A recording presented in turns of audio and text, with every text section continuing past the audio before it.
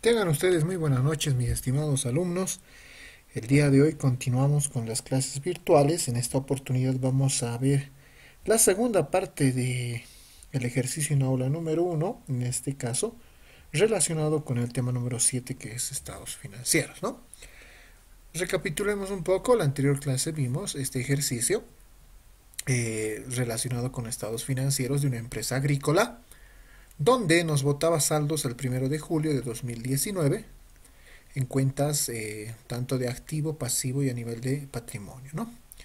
Después resolvimos punto por punto los asientos contables relacionados con las operaciones que emergieron en el mes de julio, ¿sí? Desde traspasos a fondo compras, compra de semilla de pomelo, aplicación de almácigos, cancelación de deudas parciales, ventas. También vimos el tema de compra de un activo fijo. También vimos el devengamiento de planillas, ¿no? Y en fin, la compensación crédito-débito y el pago de intereses. Y nos pedían realizar estados financieros al 31 de diciembre. Nosotros hicimos los mayores, hicimos los asientos y la hoja de trabajo. Pero nos faltaría formular nuestros estados financieros, en este caso el estado de resultados, balance general y flujo de efectivo. Entonces el día de hoy vamos a desarrollar esta parte, ¿no? Recapitulemos un poco, acá está nuestra hojita de trabajo de 8 columnas a costos históricos, donde teníamos todas las cuentas ya vaciadas, ¿sí? Quedamos hasta acá, determinábamos el total a nivel de sumas y podíamos observar que existe una igualdad en sumas, también el total a nivel de saldos, igual había una igualdad en saldos, ¿sí? Y posteriormente determinábamos, clasificábamos en cuentas a nivel de estado de resultados y balance general, cuentas de egreso, ingreso, activo y pasivo y patrimonio. Entonces determinábamos una pérdida de 14.423 que también se reflejaba en la parte de los resultados en el patrimonio como tal, ¿no? Entonces ahí llegábamos a una igualdad. Ahora lo que vamos a hacer es nuestro estado de resultados. Empecemos con el estado de resultados de esta empresa al 31 de julio de 2019, ¿no? Partimos de las ventas brutas, copiamos el dato que está en la hoja de trabajo, 33.230.77. Veamos ventas, ¿dónde está ventas? Acá está, ¿no? Los 33.230.77 menos la bonificación en ventas. Les había dicho que es una cuenta regularizadora de ventas, ¿no? Entonces exponen el estado de resultados por debajo de lo que son las ventas brutas.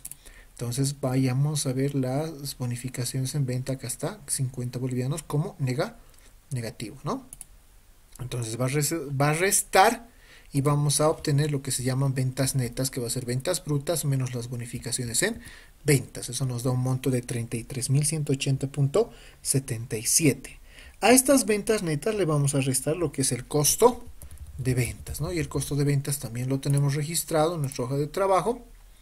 Veamos cuánto es el costo de ventas. Acá está, costo de ventas 21.600. Entonces copiamos los 21.600 y la diferencia entre ventas netas menos costo de ventas me va a dar lo que se llama la utilidad bruta en ventas, que en este caso es 11.580,77.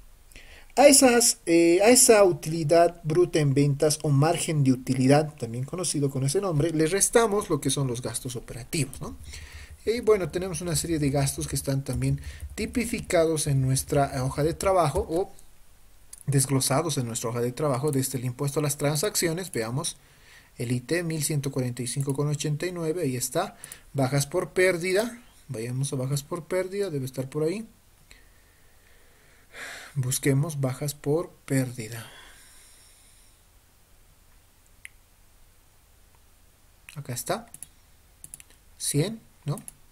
Y así sucesivamente, sueldos y salarios 18.300, sueldos y salarios 18.300, aportes patronales, en fin, indemnizaciones, aguinaldos e intereses bancarios. Repito, esto se jala de la hoja de trabajo, ¿no?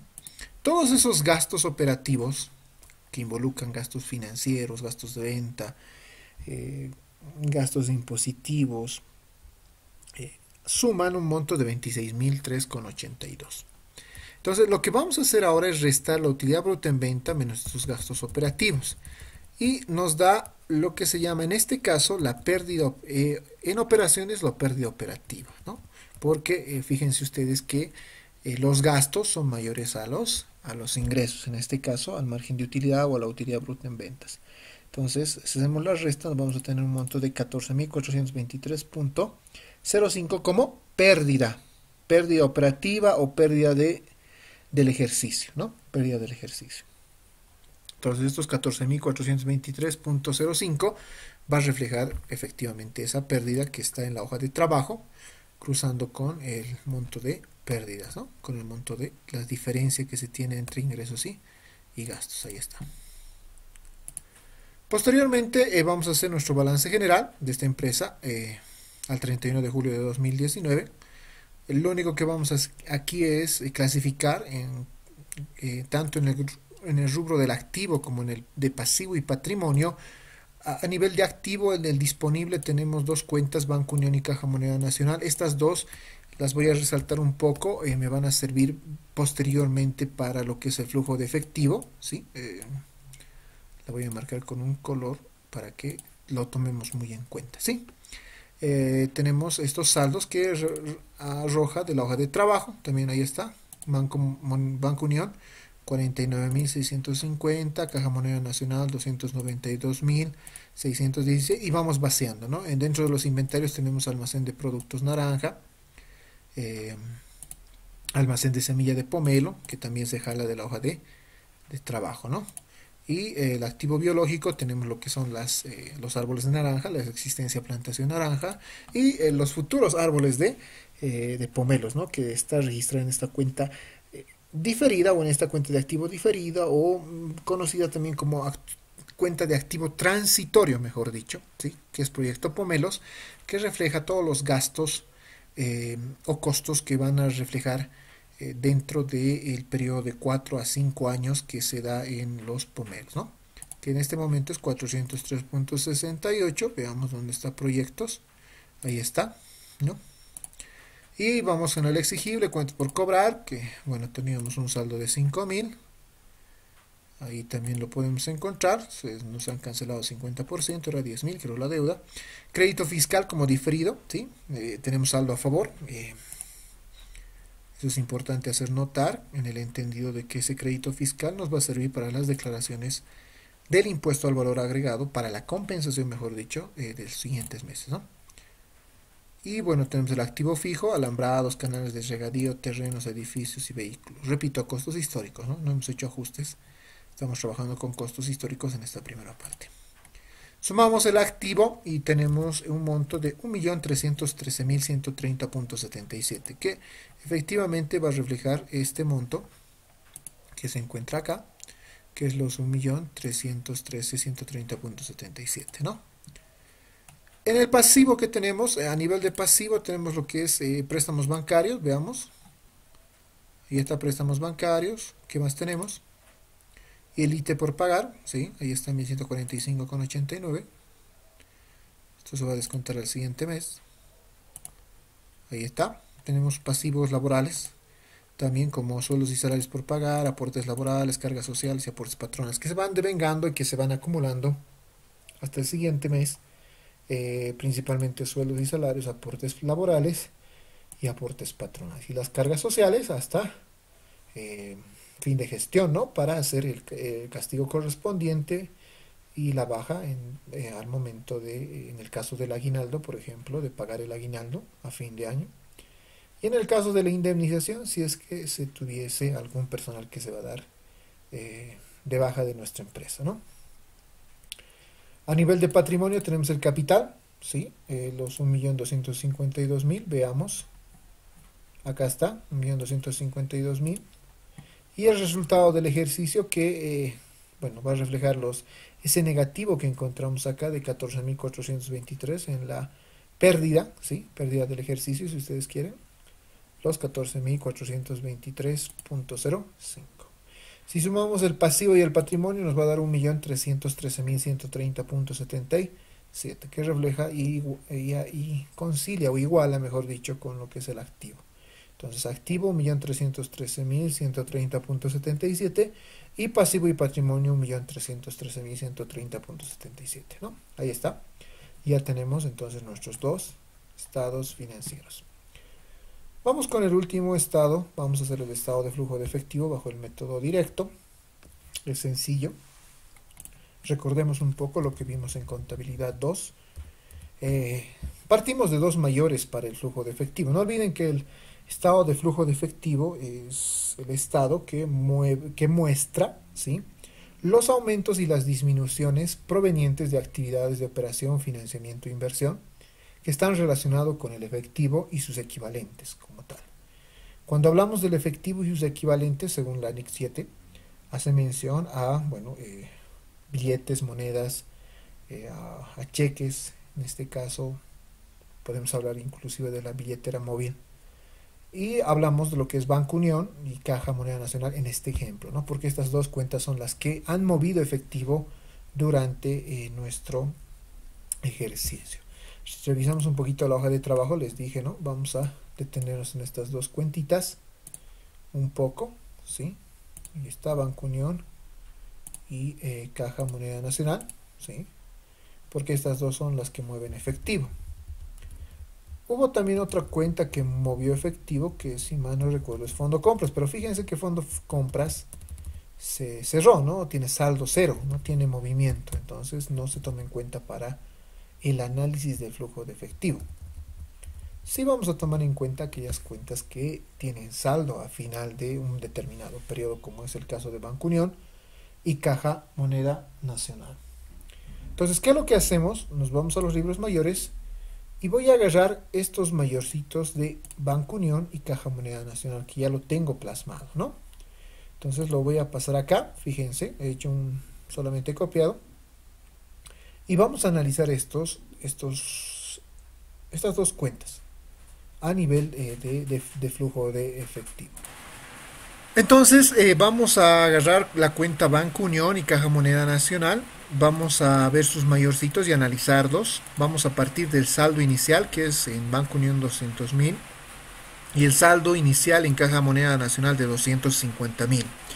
Y luego vamos a ir viendo las operaciones. Cuando hablamos de aumentos, estamos viendo todo lo que es el debe, y cuando hablamos de disminuciones va a ser todo lo que es el haber. Si recordamos un poco estos 150.000, ¿a qué se refiere? Si vamos al asiento, veamos por favor, acá está. Se refiere al asiento número 8 por la compra de un vehículo. Y la compra de un vehículo o un activo fijo está categorizado como una actividad de inversión. En el caso de los 350, si más recuerdo, es relacionado a pago de intereses bancarios. Entonces, cuando hablamos de intereses bancarios, estamos hablando de una actividad de financiamiento. Fíjense que ya estamos clasificando, ¿no? No tenemos más movimiento dentro de lo que es Banco Unión. Ahora veamos Caja Moneda Nacional. En el caso de Caja Moneda Nacional partimos con un saldo inicial de 250.000. Vayamos a los aumentos, hay unos 5.000 bolivianos. Esto está relacionado, veamos por favor, con un cobro que se da, sí, de una deuda parcial del 50%, relacionado, si está clasificado en cuentas por cobrar, con un cobro parcial de una deuda, ¿sí? Y esto es algo rutinario que se da dentro de la empresa y se clasifica como actividades de tipo operativa. También dentro de los aumentos nos encontramos con 137.616. Esto hace referencia a una reposición que se le da a Caja de Fondo Compras, se le devuelve, ¿no? Inicialmente se saca, veamos eso, inicialmente en el asiento 5, en el asiento 2 se saca de Caja Moneda Nacional 100.000 para tener esta cuentita de exigible denominado Fondo Compras, ¿no? Es como una caja general, dijimos, entonces es algo rutinario también de la empresa. Y posteriormente en el asiento número 11 se les repone es el saldo, mejor dicho, y ahí tenemos 137.616 que se han repuesto. Entonces, a nivel de caja, tanto como aumento tenemos en los 137.616 como actividades operativas, y a nivel de disminuciones en caja también tenemos esos 100.000 que repito era sobre una salida para generar esta cuentita que es fondo compras, que también es parte de las actividades rutinarias de la empresa. Las actividades operativas, no olvidemos que reflejan actividades rutinarias, ventas, compras, en fin. Las actividades de inversión, todo lo que se relaciona con compras o venta de activos fijos, de inversiones, en fin. Y las actividades de financiamiento están relacionadas con el capital financiero, con préstamos bancarios, intereses bancarios, amortizaciones de deudas, en fin. Y bueno, ya tenemos clasificado entonces todo el movimiento de nuestros dos mayorcitos. Entonces, ¿qué hacemos? Partimos del estado de flujo de efectivo al 31 de julio de 2019, expresado en bolivianos. Vamos a hacerlo por el método directo, que es el más sencillo. Clasificamos las tres actividades, actividades de operación y actividades de financiamiento, ¿no? Entonces, por aumento, vamos con las actividades de operación. Por aumento, veamos que tenemos actividades de operación. Acá tengo 1, 2, ¿sí? Y 3 actividades de operación, ¿no? El primero, por aumento, estos 5.000 relacionado que por cobro de deuda, entonces en positivo los 5.000 bolivianos. Vamos a hacer un neteo entre de fondo compras, porque eso está tanto en el debe como en el haber, pero si analizamos el aumento, o sea el positivo, los 137.616 es mayor a los 100.000, entonces se reflejaría como un aumento neteado, si ustedes quieren, en este tipo de actividad. Entonces vamos a poner neteo de fondo compras 37.616. No tenemos más actividades operativas, ¿sí? Independientemente de los saldos iniciales que no se toman en cuenta inicialmente, valga la redundancia, y solamente tenemos esas tres actividades operativas. Entonces, bajo actividades de operación yo tengo un monto de 42.616.29, que suman los 5.000 del cobro de la deuda y el neteo que se tiene de fondo compras. Vamos con actividades de inversión, ¿no? En este caso va a ser por disminución, le podemos poner eso, ¿no? Por disminución,